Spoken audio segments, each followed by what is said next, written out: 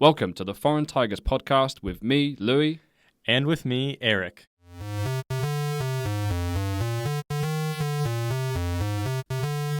Welcome back to part 2 of the Foreign Tigers book club series, where we're discussing the book Apple in China by Patrick McGee. We left off thinking about the Think Different ad and Apple's first deferential act to China. Today, we're getting into the meat of the book, discussing Apple's manufacturing operations in China and the current state of affairs. Now, Eric, do you remember the colourful iMacs? Yes, I remember them. It was science class back in the 4th grade. Oh, so your school had some of these? Oh, yeah, we had some of these, and I think they're really happy about them. Oh, yeah? Yeah, perfect for playing Oregon Trail. Uh-huh. Or could Mac run Oregon Trail? I don't know. Did you have Oregon Trail? Yeah, no, I've never heard of this. No way. I mean, I know Oregon's a state, but what? Oh, my God. What is this game? That's so interesting. It's a game that just was installed on every computer at school. Right. And they never got rid of it. And it's just kind of you are traveling, you're a settler going to Oregon, and you have to ration your food, your ammunition, and your people just die a lot. They get sick, they starve. Sounds you try to go across a river, and if you don't do it right, you could lose your whole party. And would you say this game is ubiquitous in America? A cultural touchstone for children. Yeah, it was of that definitely. age. I'm pretty sure if I were to ask anyone my age, they would know what Oregon Trail is. Interesting. Yeah. No, we had Pokemon. Did you have Pokemon? Of course. Okay. Yeah. Well, No, it was specifically something that you only did in computer science or any class where you had to use a computer. Yeah. When the teacher's not looking, you just open up Oregon Trail. We just went on miniclip.com. Oh, yeah. Yeah, and found the Flash games before Flash died. So anyway, talking about these colorful iMacs, completely, but useful digression. The colorful iMacs, they were, completely unique in the technology industry. Reportedly, Jobs asked Johnny Ive, Apple's chief of design officer at the time of his departure, to, in quotes, make it lickable. Now, I'm not sure I would have licked a computer personally, but they were definitely much more interesting to look at. The iMac's launch in 1998 was a turning point not just for Apple's fortunes, but for how the company made its products. After the years of financial struggle and internal chaos we've mentioned briefly before, Steve Jobs returned and pushed for a bold, colorful, all-in-one computer that would stand out in the sea of beige boxes. But behind the scenes, Apple was in the latter stages of quietly shifting its manufacturing strategy, moving away from building everything in-house and toward a model that relied entirely on contract manufacturers, especially in Asia. Did you ever have one of those beige boxes that Steve Jobs detested so much? I did. We had a Compaq. Oh, no. I mean, I had an app. Like I said, at the beginning. Previous 1 year, I had an Apple childhood. No beige boxes. But it was beige, and it was a bit of a box. I mean, why would he not like his own beige box? The minute I saw that iMac, I was like, wow, this thing's cool. Especially the mouse. It looked like what did it look like? Hockey puck. It looked like a hockey puck, and that was quite cool. Not very ergonomical, but it looked cool. Jobs wasn't always on board with the shift in manufacturing. He valued craftsmanship and control. In Apple's early years, Jobs was deeply invested in product quality and design. He often insisted that Apple build its products in-house, even at a higher cost, to maintain quality and design integrity. Jobs' early exposure to design principles, often attributed to his father, was focused on unseen quality and meticulous attention to detail. This philosophy permeated Apple's approach to building computers and was central to its brand and product differentiation. Now, Eric, we visited the Apple store in Hongdae last week. What thoughts did you have on the design of the store and the products in there? Did you leave feeling inspired and creative? Very authoritarian. Oh. Everything's authoritarian now. Wow, that's... Yeah, no. That's a bold take. Yeah, no, it is. No. Actually, this is I'm sorry. This is It's not. It was fine. They're good. Walking it back slowly. Yeah. I'm going to take it step up. Yeah. What's like one step between authoritarian and, liberal democracy? All right. Okay. So it's centrist. Managed. Yeah. No, like it was very managed democratic. Expand. No, well, this is more of a meditation on just changes in culture generally. Right. Something I noticed last time I was in the States, it was like all the McDonald's are just like gray, Right. and very like if you took away the logo, it could just be, you don't know what could be in there. It could be like a CIA black site, honestly. This McDonald's holds a story. Yeah, and there's no more.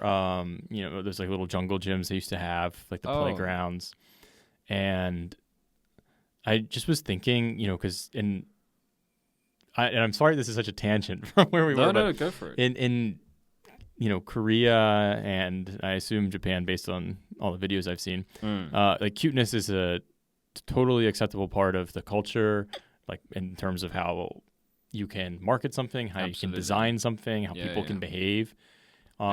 Things have mascots here. Right. And they're really cute. Cities have mascots. Yeah, they're like adorable little characters. And we don't have that. And I always wondered, like, wow, do we just hate cute things? And I remember, yeah, well, no, but then I realized, like, when I was a kid, like, whoa, we had, really not, I remember I was looking at some image of old McDonald's. Old McDonald's. Yeah. And there was these much more colorful, crazy designs, almost, like zoo, like just with like funny, like right. McDonald's used to have these like crazy characters. No, I remember the too. Hamburglar. Like, McDonald's was, it had a fun kind of outlook to it. Yeah, definitely. Hamburglar, the clown was purple thing. Ronald McDonald. The purple blob thing was around. That ate children. Actually, this is a really good point. I thought about, it was a childhood memory, and often they come up. I remember having like a birthday party at McDonald's. Not me, but like I went to a birthday party at McDonald's, and they like brought like Happy Meals and like everything. And like, I just can't imagine that happening now. No. So, yeah, like the point is, what I'm getting at is, we like really value this sleekness and this minimalist. Yeah, minimalist design that I think projects coolness, sophistication, like superiority kind of feeling. That's the feeling I get when I look at the products, and they're cool. They look sexy. You've been in my flat, haven't you? Apartment for Americans. Yeah. So I think like they look cool, and I kind of actually have been thinking about getting one because mistakes were made in recent purchases. But the point is, I just noticed that there's a big change in design. Like the iMac, think about the iMac. Like we used to, like that was unapologetically cool. Yeah. It wasn't like, like this cute, crazy computer. Even now, like iMacs are cool. Single unit, one cable, with wireless keyboard and mouse and everything. This is sounding like an ad. Yeah. But they're very cool looking, and then the comparable Windows running machine is 3 bits. Paid for by Apple. Yeah. I am bought and paid for. Yeah. I've paid them too to do that. Yeah. Hey, you're going to scrub all the mentions of the Dalai Lama from the last episode, right? Yeah, exactly. Definitely. Oh, good. Do you know what? There was actually a really good, I don't know if it still exists, but there was a calculator online. It used to be, you could figure out, like you could list all of the products that you've ever bought from Apple, and then it would tell you if you'd bought the comparable amount of Apple stock, how rich you would be at that particular, like how rich you would be now. I remember doing it like 10 odd years ago, and honestly, I was disgusted with myself. Did you remember the number? Nope. Oh, that must have been you repressed the the memory. Visceral feeling of disgust. Yeah. Anyway, right, okay. Back to the story. So, by the time Steve returned to Apple in the late 1990s, financial necessity and industry trends had pushed Apple further into outsourcing, particularly to specialized suppliers in Asia, including Taiwan, South Korea, and most dramatically to China. The move to large-scale production in China was motivated not just by cost, but by manufacturing, speed, flexibility, and the ability to support Apple's demanding, intricate designs, which is why we were talking about the iMac. We're talking about extremely intricate designs here, to the point where, I'm going to quote from the book again, it was unmanufacturable. Maybe it didn't defy physics, but it defied the tools they had. I mean, to make that iMac as beautiful as it was, and the first kind of all-in-one unit, they had to reinvent ways of manufacturing. So that's kind of how Apple forced itself into this transition to China. And we'll get into the details in just a bit. These days, Apple uses a famous phrase on its packaging: designed by Apple in California, assembled in China. In fact, according to an analysis by Nikkei Asia, 150 of Apple's top 187 suppliers in 2024 had factories in China. Eric, have you heard of Foxconn and Terry Gou? Well, yes. I have heard of Foxconn and Terry Gou. Okay. When? Why are you being so hard to know? So, tell me now. Yeah, so for what I know, Foxconn, please, is it's actually it's a Taiwanese company, assembly company. But from what I know, they actually built a lot of factories in China. They did. They really did. That's anything more than that, and I'm just, In fact, Shenzhen would not look the same if it was not for Foxconn and Terry Gou. It's they built a lot of factories in that area, and in fact, it's become the tech manufacturing location it is because of their efforts. So would it surprise you to learn that the journalist James Fallows, who's spent a significant amount of time in China, credits Terry Gou, the founder of Foxconn, the manufacturing giant, second only to Deng Xiaoping, for China's evolution into an industrial giant? It would. It would? Yeah, that's a big claim. Well, there you go. I'm happy to surprise. Mr. Gou, who was born in Taiwan, started Foxconn and owes its meteoric rise to one customer more than any other. Guess which one? HP. No. Apple. Yeah. I'm surprised. Yeah. I mean, that's a big claim, right? Yeah, right. No, that is actually surprising to hear, because I don't think I took a whole Chinese economics class when I was in grad school, and no one said that. Of course, Deng Xiaoping was... No one mentioned... No one said that the second most influential figure on their economic development would be capitalist from Taiwan. Right. Interesting. Good. Well, this will be very interesting to you then. So, this is where China wins at every turn, because they've built what is known as next-door facilities. This is basically where, right beside the final assembly plant, is a plastic injection molding plant, a metal stamping plant, etc. All of the parts that you need to assemble a computer, all of those sub-factories that supply those parts being built within the vicinity. With such short distance between these key production facilities, China has made itself the perfect destination for manufacturers of pretty much everything. We said earlier, these days we expect everything to have been made in some degree by China or in China. Patrick McGee is also quoted in a podcast that he did about his book as saying, regarding infrastructure, in the amount of time that it would take China to build a new factory, we, in parentheses the US, would still be doing the environmental paperwork. The book goes into detail about the provincial nuances in the Chinese system and how certain locations would offer the land for free to build on and exempt it from taxes to attract a factory, knowing that having such a huge source of jobs would return massive benefits. This is just something that, the US, UK, Europe just couldn't compete with. They're offering this land for free with incentives, to build these massive factories, which is one of the reasons, like I said, Shenzhen looks the way it does. Also, manufacturers would buy the specialized machines themselves, for which they'll often get state backing. So instead of Apple having to buy 10,000 CNC machines, computer numerical control machines, at $500,000 to $1 million, and then putting them on their production lines at some supplier. The suppliers themselves were coming with those machines saying, we've got them. Come here. And this just shows how valuable the education and growth that comes with Apple contracts is.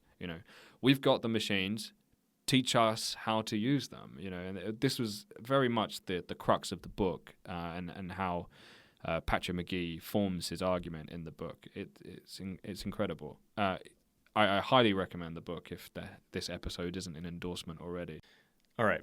So obviously we've learned a lot about Apple, but China's success story and its incredible development is not just a story about Apple. For sure. So kind of what I'm curious about is is this book arguing that Apple was the main driver of this change, or just one important driver? And if regardless, who are other players? Kind of how to develop with other companies. Right. Good question. I mean, obviously the book is focused on Apple in China. I think the best answer to your question is an example from the book where Apple actually told these third-party suppliers that to engage in contracts with Apple, the supplier needed to be only 50% dependent on Apple, because Apple's supply chains change. One year they're making phones out of steel and aluminium, and the next year they're developing them out of titanium, right? So they didn't want these suppliers to be 100% dependent on Apple contracts, because that's not good for them. It looks bad in China. Apple is doing away with all of these manufacturing businesses, so they didn't want that bad press, and it's not good for anybody. So they mandated that suppliers had to be only 50% dependent on Apple for their income, which actually moves us into a really nice, gives us a really nice segue into the next portion we're going to talk about, which is manufacturing today. We're going to cut to the modern day because there's a lot to talk about. So I'll break it into two parts, a China tech market focused part and a more US Trump focused part, which I know you'll enjoy. So when thinking about the current Chinese tech market in relation to Apple, it's easy to draw a line directly from Apple's intensity and scrutiny of design to the current cream of Chinese smartphone companies and their adventures into other products such as EVs, electric vehicles. What we're really talking about here is a technology transfer on a massive scale. By designing products being at the cutting edge every year and then building them in China inherently causes a technology transfer from America to China. What I just mentioned about, the change from aluminium, steel to titanium, these new manufacturing processes, it's a technology transfer. It might just be a different material, but there's a whole host of things that come with it. Once you see something being built on the production line, you set the machines up a certain way, you source those materials, etc. Then the factories know what's going on. This isn't the Manhattan Project, where obviously compartmentalization was absolutely essential. Even if Apple is a uniquely secretive company to the general public, things still need to get built, and those things are still made by third parties. So have you seen any news recently about Chinese EVs and Chinese technology outside of the scope of tariffs? Yeah. So I thought actually we were talking about their technology transfer. That's interesting because that sparks a memory. Oh, really? A core memory. Well, not a core memory. Anyways, it sparks it. Did you transfer technology to China? Maybe. No. I hope people understand our sarcasm. Yeah, there's a lot of sarcasm here. So, that technology transfer, that's a key part of a lot of the development that happened in the Asian tiger economies, and including in Korea, where we're based.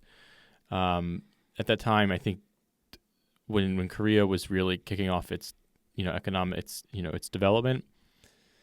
I think Japan Japan kind of became the manufacturer, that assembly line for America first, before China did, before, Taiwan. And then eventually, wages rose and labor became expensive in Japan. So where did they look? Korea. And Korea, like Samsung Electronics, everyone's familiar with them. Yeah. And everyone should have one of their phones, of course. Of course. Yeah. And the same thing happened there. It's like, why, they learned from Sony. Like, I remember actually being a kid and really young, and Sony was everywhere. And then at some point down the line, all the household products became Samsung. Yeah. So something similar happened there. It's a really important way for not just like companies to gain, know-how into cutting edge technology and improve their processes, but countries as a whole. So regarding the EVs and Chinese technology, yes, that's a really interesting point. I forget which 5-year plan it was, but one of their most recent ones, or there's the policy that China released, and they're pretty obvious about their goal of moving from being a assembly basically, they're a huge manufacturing company, and everyone marvels at the size of the scope and size of their factories and manufacturing sector. But they don't just want to be manufacturing. Because a lot of the manufacturing is simply assembly. But they don't want to do that. And they're very quickly, not simply being an assembly. It's not simply going to be, like designed in America and assembled in China. It's very quickly moving to designed in China, assembled in China. Everything in China. Yeah. And so that's where EVs fit. Like semiconductors, that's where they fit. Yeah. And regarding the EVs, the BYD, dude, they're actually a really cool car. Yeah, I was looking at those the other day. I mean, interestingly enough, that's where we're going next. So to cut a long story crudely short, Apple could be said to have accidentally given birth to the Chinese smartphone market with the technology transfer I mentioned earlier. Not just by building up advanced suppliers, which we were just talking about, but by creating these big smartphone names, direct rivals such as Huawei, Oppo, and Xiaomi. It taught all of them, which in turn has led to them designing phones that are, in some ways better, or at least comparable to iPhones. So yeah, it's been very interesting. Now things are different, and I'm going to quote Thomas Friedman from an interview he did with Ezra Klein about visiting China after COVID. He goes, wow, when I was last there, Xiaomi was a phone company. When I came back, they were a car company. When I was last here, Huawei was a phone company. I come back, they were a car company. Huawei makes EVs, Xiaomi makes EVs, etc. So I think it's actually clear as day that all of these lessons that Apple taught these suppliers into producing great phones, they then went and decided to make EVs with them. EVs is effectively a smartphone on wheels, right? So they took what Apple taught them, and they kind of taught the master in some ways. Apple spent a long time trying to develop a car itself, and obviously rumors. Apple never confirmed anything publicly, but they're said to have done a 10-year project to try and develop their own car, and eventually threw it in the trash. But these Chinese companies have managed to do it, and it's because Apple taught them how. Now, you mentioned a second ago BYD, so this should be a very simple question. Would you buy a Chinese EV? I have a question for you. Go. So they learned from Apple, right? But then how come Apple can't do it? I think that's a really good question. Why can't Apple do it? I mean, I would just be guessing. It's and it's also only rumors, right? The way Apple works is very mysterious. They don't really confirm anything. They used to say, if it's not on apple.com, then it doesn't exist. When you know that if you release a new phone every year, the iPhone insert next number here probably exists. Like, they probably know what it is. I think they probably ran into issues, regarding repairability, longevity, and all of that kind of stuff. I imagine, I seem to recall there being an article, and I'm probably going to misquote it because it's in a distant, deep part of my memory. But there was some conversation, and I think somebody told Apple that developing a car is not just a 1 year, 2 year cycle where you have to support this thing. It's like a 10-year minimum commitment, and it's one of the reasons that, Tesla struggled in the beginning, right? You've got to build these things to such a standard. Then you've got to support them. If you look at Tesla's EV lineup, what's changed, barring the Cybertruck in the last 5, 6, 7, 8 years? Not much. The design is similar. They've probably done some over-the-air software updates, but the cars are fundamentally the same car. And that's one of the reasons why it's hard to change these things when they're out there.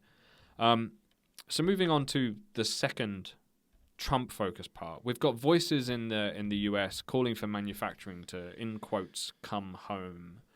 Eric, do you have any insight into this? As an American, have you seen any people back home talking about this desire to bring manufacturing jobs back home?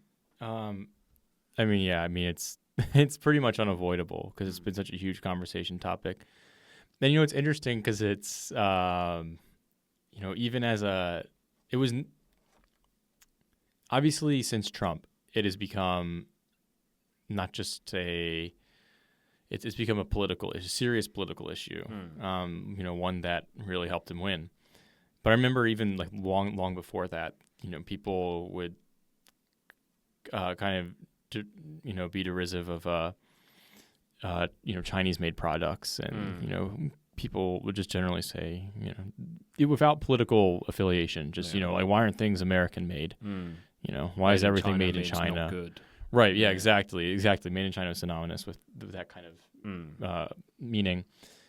So there's always long been this, like longing for American manufacturing that predates Trump. And I'm certain that's more pronounced in like those Rust Belt areas that used to be manufacturing hubs and then, lost their place in the world. Thinking about, we were talking about cars like Detroit. Right, exactly. Classic example.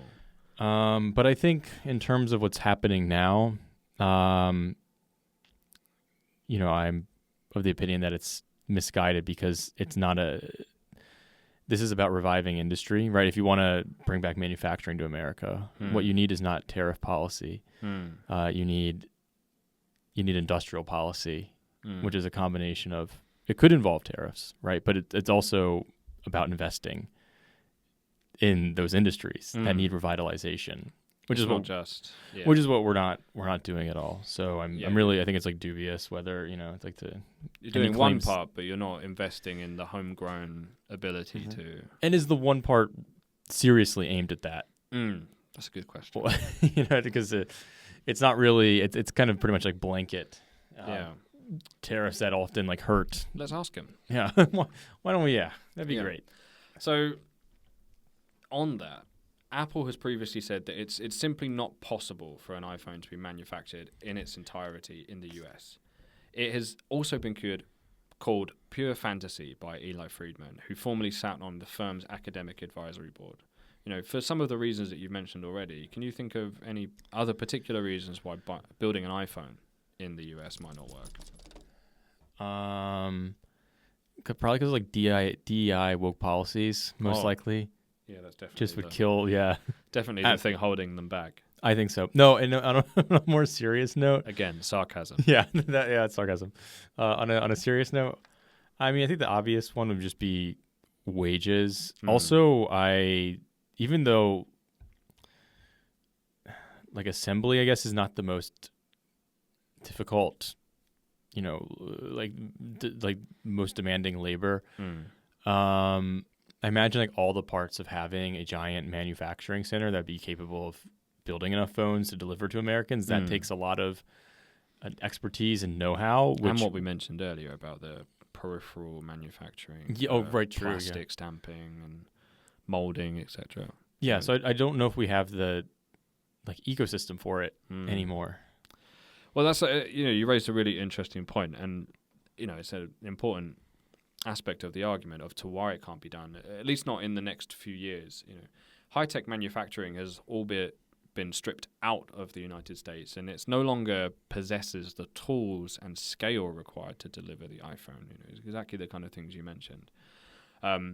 for those that haven't, been down the YouTube rabbit holes, there's a YouTube channel called Smarter Every Day by a man named Dustin, about making a grill scrubber in America. What his video highlights is the challenges of domestic manufacturing. The project involved designing, sourcing, and making as many components as possible in the US. Manufacturing hurdles included difficulty finding American suppliers for parts like the chainmail on this scrubber, and then the injection molds. Higher costs for US-made bolts to hold the chainmail and the holding platform together, and the need to relearn/learn these skills like CNC milling to make those custom molds themselves. Ultimately, and despite great difficulty, which is highlighted in the video, much of the scrubber has been made in the USA. It's a really, really good video, and I like Smart Everyday stuff. Do you remember the total cost of the scrubber? Yeah. No, I don't recall. Are you about to tell me? No, I totally forget. I want to know. Yeah, I'm not entirely sure. Why don't you look it up? I'll look it up. Yeah, I'm going to do that. So having said all of that, Tim Cook, CEO of Apple, announced that Apple's plans to invest an additional $100 billion in U.S. manufacturing, pushing the company's total investment commitment to the country to $600 billion over the next 4 years, including a commitment to manufacture iPhone and Apple Watch cover glass in the United States. This happened the same day as he gave Trump his gift that we mentioned earlier of golden glass. So yeah, I mean, it says something that, going from this YouTuber's attempt to make a grill scrubber to the manufacturing abilities and resources required to manufacture iPhones. I think the gulf between American manufacturing being and in quotes going home and the reality is huge. Like the gulf between those two things are huge. Too many skills have been lost. Too many processes, too many resources exist, and it's too easy to outsource to China. Especially because of some of the things we've mentioned earlier. About location and resource, etc. I mean, what do you think of Apple's new investment into the US, and do you think it's likely to help at all? Or is it just? Do you imagine it's just a fancy number? And then just for fun, what do you think of the current trend of gifting to President Trump? Well, I love it. You love it because he's working really hard for us, and dude, when you're like golfing every day, sometimes you just need like a nice little gift. It's hot outside. Gift, it's really, golf. Yeah. Executive order. Gift, golf, executive order. It's a good process. It's a good it's really how government, this whole checks and balances thing, it's good that we just dispense with it altogether. I do not mean that. Yeah, I feel sarcasm again. Yeah. Okay, but the investment itself, I think it's like something will happen as a result of it. Yeah, it is an investment in the exactly. I just think that obviously business should be doing that, but government should be helping to make sure that investments. Because what's happening is we're just being we're just punishing companies for not making the investment, rather than making it easier to do business. For those companies. It's a question of incentives, right? Yeah. Are we, carrot and stick, and at the moment it just feels more stick. Yeah. Apple, bring your manufacturing home. The commitment to manufacture all iPhone and Apple Watch glass in the US is not a small, right? Commitment. It'd be interesting to see if this lasts after Trump finishes his current term. Yeah. In 2032. No, I think. Well, the thing is, I think a lot of countries. Western countries, and at least certainly the U.S., are realizing that you can't just get rid of your manufacturing. It's there's a certain amount that you need to be able to. Yeah, like I think free trade is beneficial overall for the world because it creates interlinkages that make us more peaceful, makes us wealthier, and it can, some countries can do things better and more economically than others, but you cannot get rid of all your manufacturing, and that's what we, in effect, did. We lost so much of it. Definitely, that's the trap that much of the West has fallen into, unknowingly. So, of course, I've left out a bunch in order to fit our chat into podcast format. This was not intended to be an audio book. But I can 100% recommend Apple in China as a fantastic read. It really was an interesting book, especially if you like Apple and these kind of things. I think Patrick McGee, in a television interview, he said it's a bit of a Trojan horse of a book. He's using the sexiness of Apple and US-China trade war to sell you a book about supply chains and manufacturing of intricate parts, and I think he's done an incredible job. Based on what we've said, how do you feel about the book and what we discussed today regarding Apple and manufacturing in China? Well, I'll tell you one thing. I, for one, right after this, I'm going to go out there and buy a new MacBook Pro for a low price. And the store is just down the store is just down the corner. I can't believe these low prices. Everyone, go now. Go now.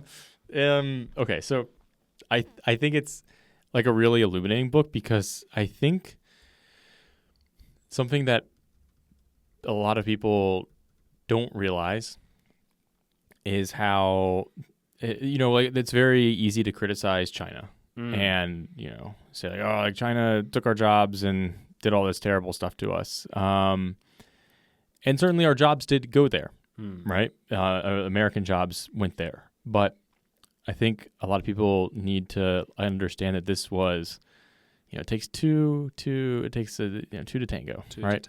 And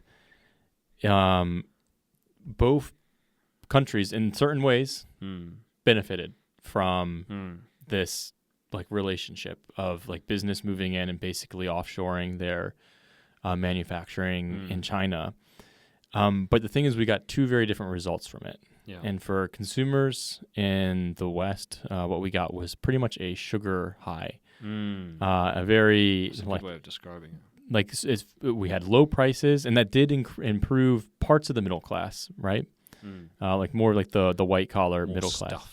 Yeah, and we got more stuff, and we got more stuff for less money, and it felt great, and it was an awesome ride. But it was only just this sugar high, and now we're burning out from it, and it's a hard burnout. In China, they got something from it too. All of this education. Yeah, and what they got was what's a healthy, balanced meal. And that, seriously, they did though. What they got was something more foundational, something that actually is like growing them and putting them in a better strategic position right now than we are.